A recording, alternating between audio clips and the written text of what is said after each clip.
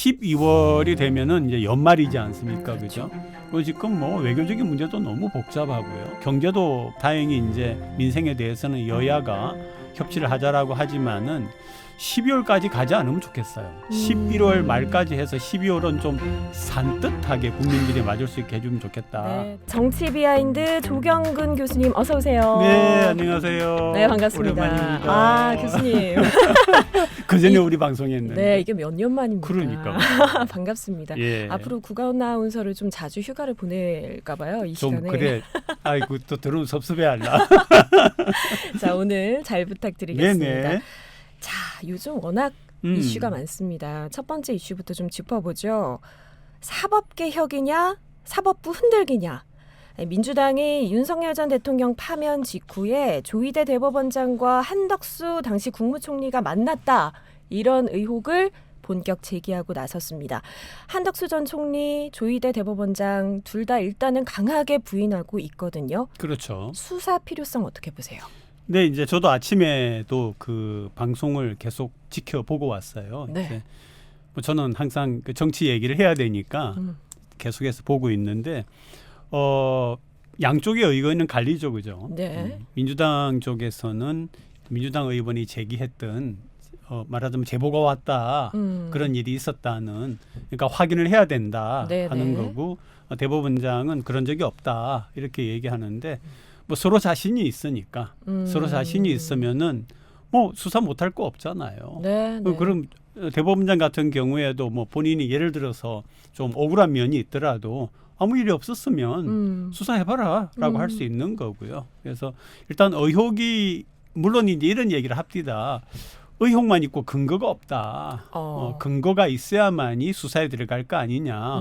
의혹만 가지고 수사를 한다라고 하는 것도 현재 대법원장에 대해서 이런 얘기가 있기는 한데 뭐 대법원장 일을 계속하면서 또 이제 수사는 수사대로 진행을 하는 건데 그래도 이제 복잡한 건 있죠. 대법원장이 수사에 불려가고 하는 게 있으니까. 예. 근데 뭐 이런 일이 있다라고 하는 것 자체가 좀 안타깝고 불행한 일이죠.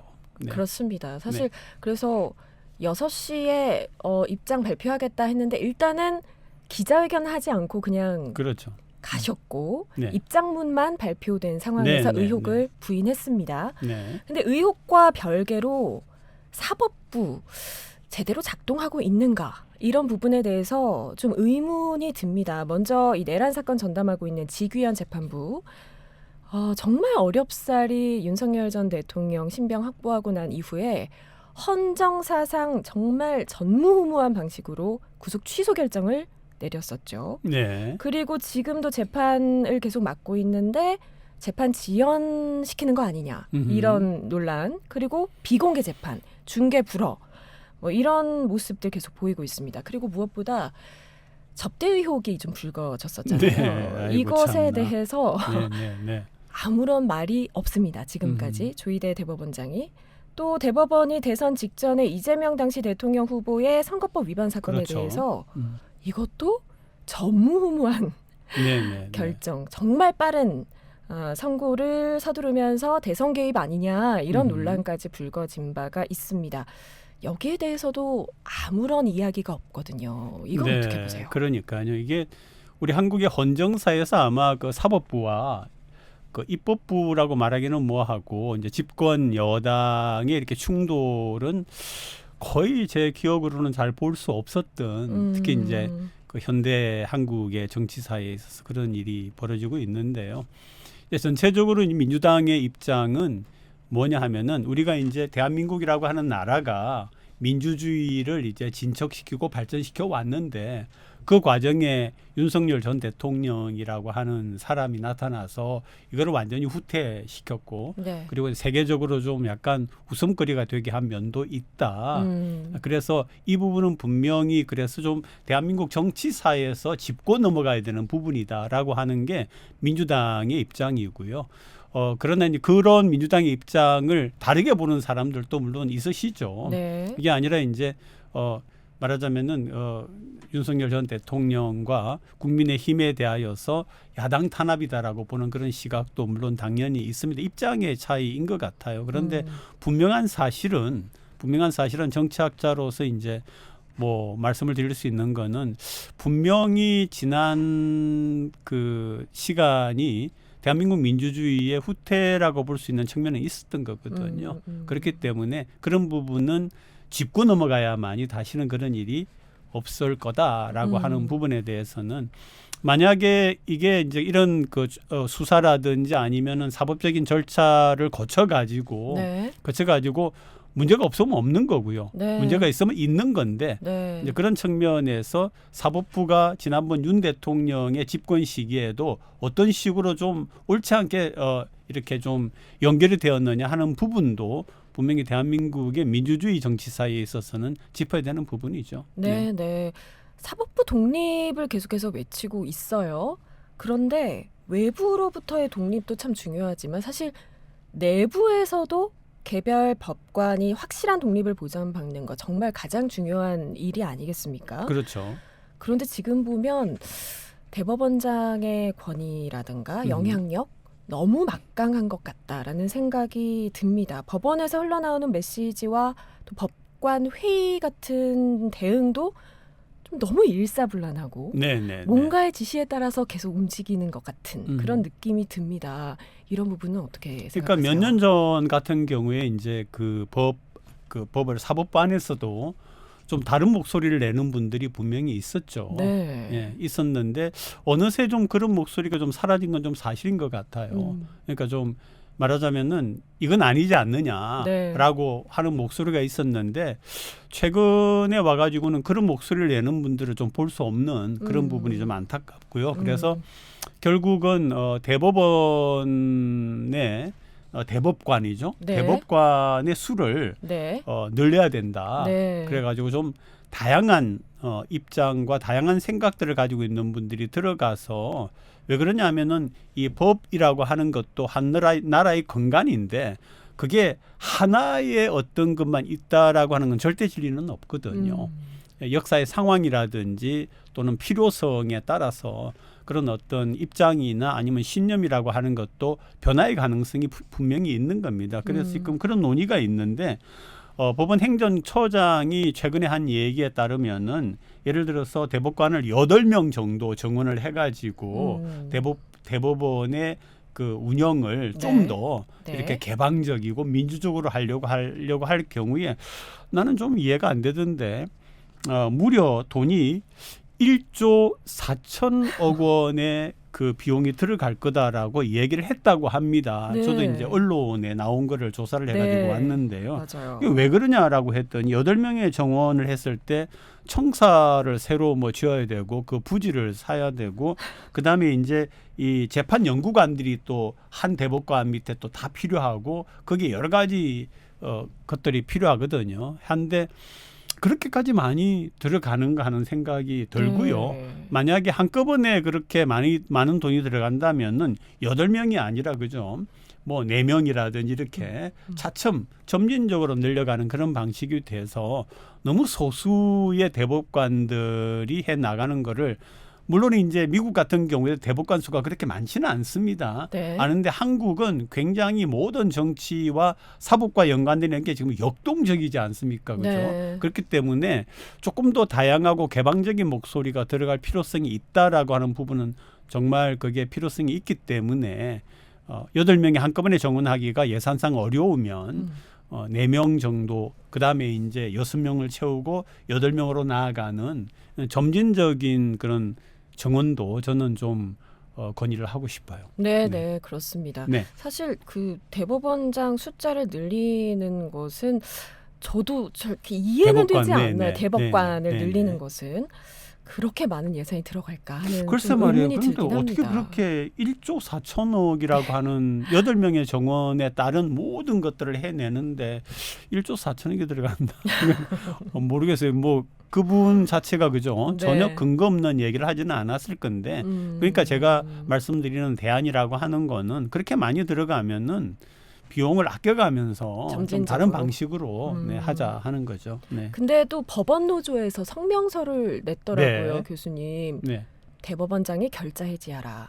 이런 목소리가 나오는 것은 좀 자정의 그 기미가 있다고 봐야 될까요?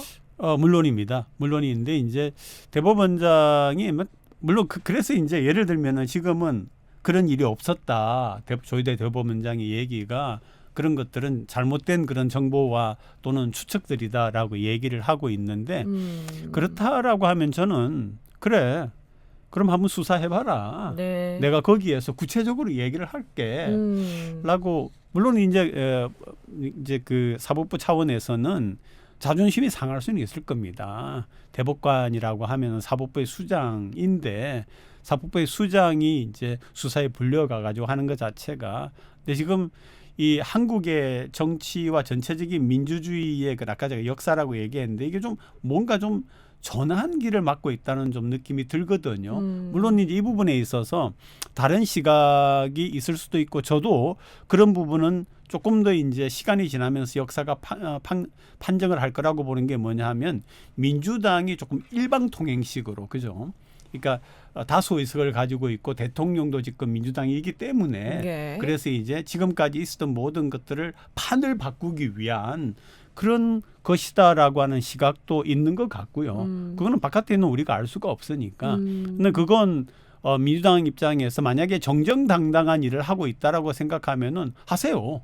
근데 만약에 역사라고 하는 건 그렇지 않거든요. 네. 역사는 항상 시간이 지나면서 과거에 대하여서 새로운 판단을 하고 재판을 합니다. 네. 그러니까 말하자면 역사의 재판이죠. 네. 있기 때문에 나중에 지금의 일에 대해서 오점을 남기는 부분이 없는가는 현 그 정부 여당이 분명히 짚어가면서 미래적인 시각으로 일을 해 나가야 되는 부분이 있습니다. 그런 부분에 대해서 자신이 있다라고 하면은 해야죠. 네. 네. 근데 만약에 그런 것들을 생각하지 않고 어떤 그 자기네들의 이익을 위해서 일을 하고 있다라고 하면은 한번 나중에 이게 어떻게 될지 모른다라고 하는 왜냐하면 윤 정부도 그렇게 될 거라고까지는 생각을 안 했잖아요. 그렇죠. 안 했는데 얼마 지나지 않아서 지금 이런 반전이 일어난 것처럼 역사와 국민의 심판은 냉정한 거고 반드시 필연적으로 옵니다. 예. 네, 예. 그런 부분도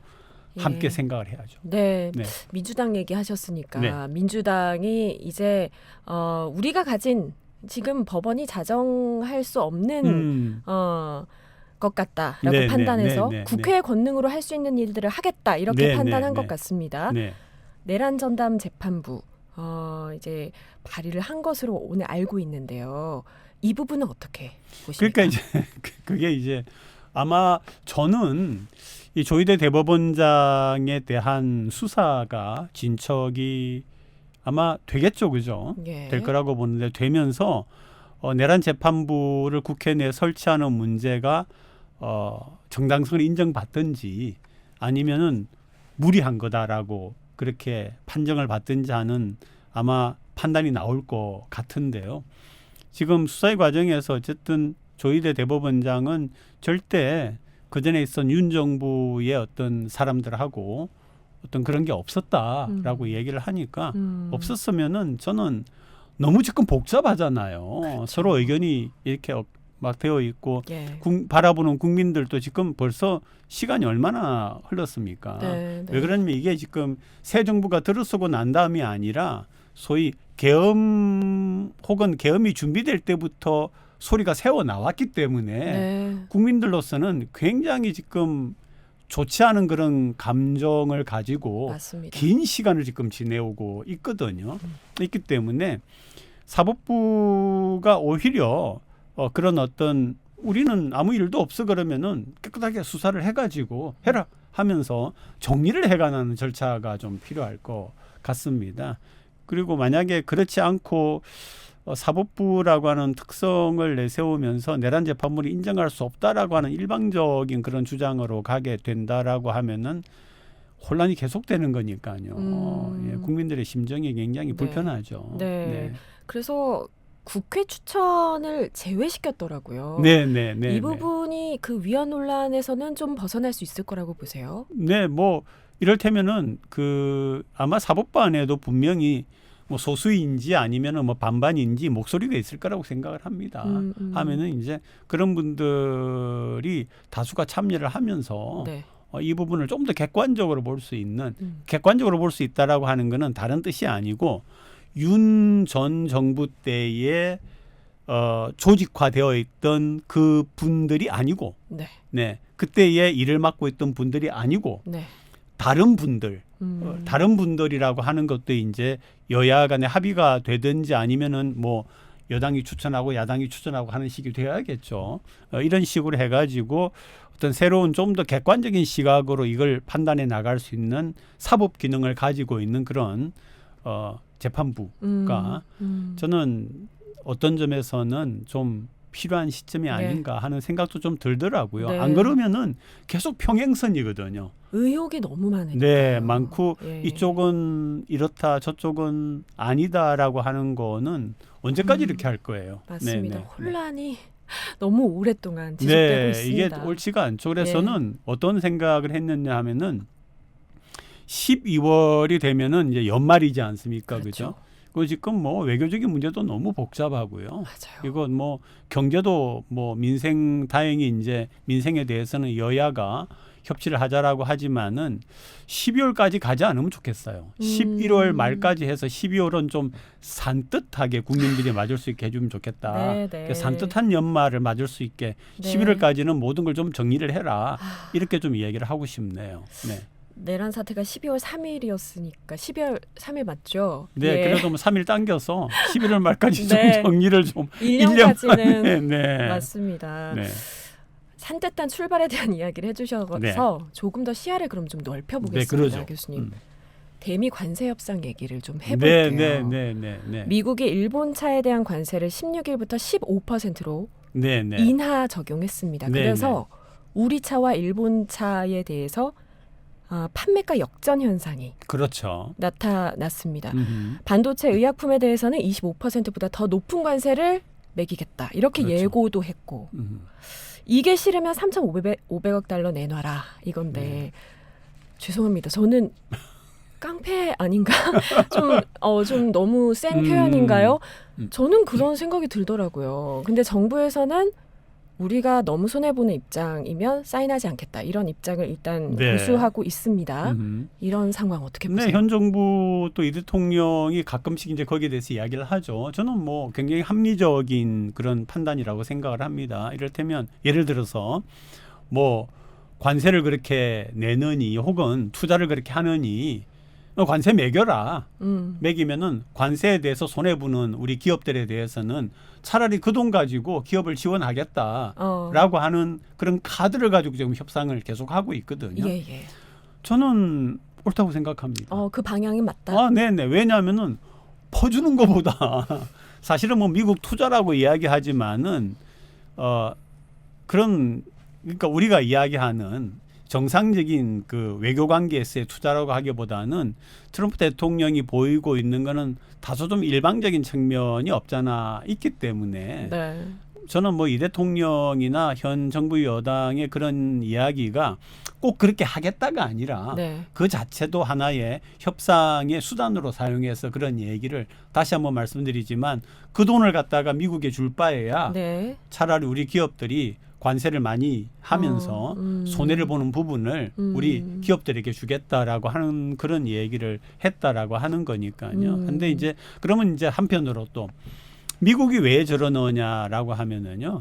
트럼프 대통령의 입장도 우리는 한 10% 정도는 이해를 하고 대응을 할 필요가 있습니다. 첫째는 우리 부산에도 보면은 외국인들이 굉장히 이제는 많이 와 있지 않습니까? 그렇죠. 서울에는 더합니다. 네. 근데 이제 이분들이 굉장히 그 말하자면은 그 한국인들이 하기 꺼려하는 그런 일들을 해주고 계시죠. 굉장히 필요한 분들이고 고마운 분들입니다.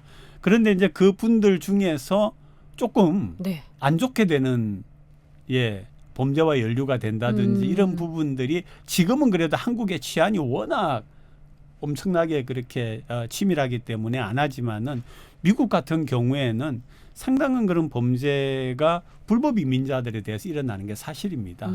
거기에 대해서 이제 미국의 시민들이라고 꼭 백인을 말하는 건 아닙니다. 네. 미국의 시민권을 정상적으로 가지고 있는 사람들에 대한 불만이 굉장히 높습니다. 그러니까 어떤 그 굉장히 적은 돈을 받고 일을 하는 그런 일자리를 위해서 네. 그런 분들을 받아들여서 일을 하게 한 거는 맞는데 이제 그런 분들이 미국 사회에 적응을 하기보다는 이제 그런 부분들이 있다라고 하는 건데 우리 한국인은 그렇지 않거든요. 그렇죠. 네. 모범적인. 아, 그럼요. 네, 얼마 전에 그 외국의 어떤 그 대단한 기업인들이 와가지고서 야, 한국 같아라 좀. 네, 질서라든지 도덕성이라든지 그죠. 네. 근데 거기 가서 일하시는 우리 한국의 노동자분들이 일하시는 분들이 얼마나 그런데 그런 점에서는 좀 트럼프 대통령이 잘못된 판단을 한 거고요. 그래서 네. 미국의 그 국무부 우리 외교부거든요. 부장관이 깊은 유감을 표명한다라고 분명히 이야기를 했고요. 네, 네. 그리고 또 이제 그 트럼프 대통령도 사실은 세계에 가장 큰 영향력을 가지고 있는 나라의 대통령이다라고 하면은 좀 이렇게 사과를 하고 싶어도 트럼프 대통령의 성정상 그렇게 못하지만 또 그런 입장에서는 함부로 사과를 못하는 것도 또 이해를 해야 됩니다. 아, 네, 그러면서도 이제 뭐라고 했느냐 하면은 필요하다. 그러니까 미안하다는 얘기는 잘 못하니까 필요하다. 돌려서. 봐달라. 라고 하고 예. 국무부 장관을 네. 시켜가지고서는 네. 그 깊은 유감을 표명한다라고 네. 하는데 근데 한국 정부로서도 섣불리 그렇게 할 수가 없고요. 여기에 대해서 이제 사과는 있었지만은 저는 뭔가 보상이 있어야 된다고 봅니다. 그럼요. 네, 이거에 대해서는 미안하다라고 네, 하는 거를 네. 성의 표시가 있어야죠. 네. 그래서 우리가 친구나 부부간에도 미안하다가 아니라 뭐 선물을 좀 확 보낸다든지 감동받게 말이죠. 이런 게 좀 우리 그 굉장히 마음의 상처를 받고 마음뿐만 아니라 여러 가지로 상처를 받은 왜냐하면 그 일하신 분들뿐만 아니라 가족들도 있으시잖아요. 아, 그럼요. 그리고 한국인의 자존심이 있잖아요. 저는 그 사태를 한국인 구금 사태를 보면서 있을 수가 없죠. 너무 화가 나더라고요. 화가 나죠. 예, 가족분들은 네네. 얼마나 더 그랬을까. 그 직접 당하신 분들의 심정을 헤아릴 수 없을 헤아릴 수가 정도로 없죠. 예, 네. 그랬습니다. 그래서 이제 동맹 관계에 있는 데다가 예. 사실은 대한민국은 모든 세계인들이 부러워하는 나라거든요. 경제력, 문화력, 네. 그다음에 어떤 지적인 수준, 네. 그다음에 능력, 네. 창의력. 네. 뭐 보세요. 전 세계가 닮고 싶어하는 그런 나라이고 어떤 점에서는 뭐 미국도 워낙 대중문화가 발달되어 있지만은 한국 쳐다보고 있는 거 아니에요? 근데 또 네. 궁금한 게요, 교수님. 과연 이렇게 해서 미국이 얻어가는 게 뭔가 이렇게 근데 해서. 이런 부분이 그러니까 이제 트럼프 대통령이 한쪽의 얘기만 좀 들은 게 있는 것 같아요. 뭐냐면은 이제 조지아주에 네. 조지아주에 이제 우리 노동자분들이 그 뭐 기업이 이제 LG하고 이런 데 투자한 기업 아닙니까? 했는데 있었는데 이쪽에 조지아에 있는 그런 그 일반 시민들이 뭘 잘 모르면서 아유 왜 우리가 가서 일을 해야 되는데 왜 한국인들이 와가지고 저렇게 길게 일을 하고 있고 뭐 이런 불만들이 있었다고 하고요. 그런 불만들이 이제 주 정부 같은 경우에는 그러니까 조지아 주 상원이 있고 주 하원이 있거든요. 이런 그 정치인들 같은 경우에는 조지아 주민들의 얘기를 안 듣기가 좀 어려워요. 왜냐하면 그다음 선거가 또 있으니까. 네. 네, 있는데 그러면은 그런 것들이 또 대통령 입장에서는 조지아주가 뭐냐면은 이 왔다 갔다 하는 주예요. 민주당과 공화당을 이건 소위 스윙 스테이트라고 하거든요. 네. 그래서 곧 있게 되는 그런 선거에서 공화당이 조지아주를 좀 석권을 하기 위해서는 주 상원의원, 하원의원 또 주민들의 이야기를 안 들을 수가 없는데 하필이면은 타겟을 잘못 잡은 거죠. 예. 그러면 교수님 네. 이제 시간이 거의 다 돼서요. 네. 마지막으로 짧게 이 사태를 가지고 우리가 관세 협상에서 좀 지렛대를 삼을 수 있다고 보세요? 네, 삼아야죠. 네, 하고 왜냐하면 저쪽 급합니다 지금. 예. 지금 그 많은 숫자가 빠지는 바람에 그래서 삼을 수 있죠. 우리도 할 수 있는 거를 다 해야 되고요. 아까 이 대통령 얘기처럼 뭐 그러면 우리 기업들에게 하겠다라고 해가지고 이렇게 두 가지죠, 그죠? 그럼 우리 기업들을 돕겠다는 거 하고 이번에 조지아주에 일하시던 우리 노동자분들을 가지고서 협상을 해야죠. 협상. 예. 네. 좀 잘 마무리 지었으면 네, 마무리 잘 좋겠습니다. 하고요. 네, 네. 우리 그렇습니다. 국익을 잘 챙겨주시길 바랍니다. 네, 그렇습니다. 오늘 다뤄야 할 내용들이 너무 많았는데 반도 못한 것 같습니다. 그렇죠. 자, 오늘은 여기까지 하겠습니다. 정치 비하인드 조경근 교수였습니다. 교수님 고맙습니다. 네, 고맙습니다.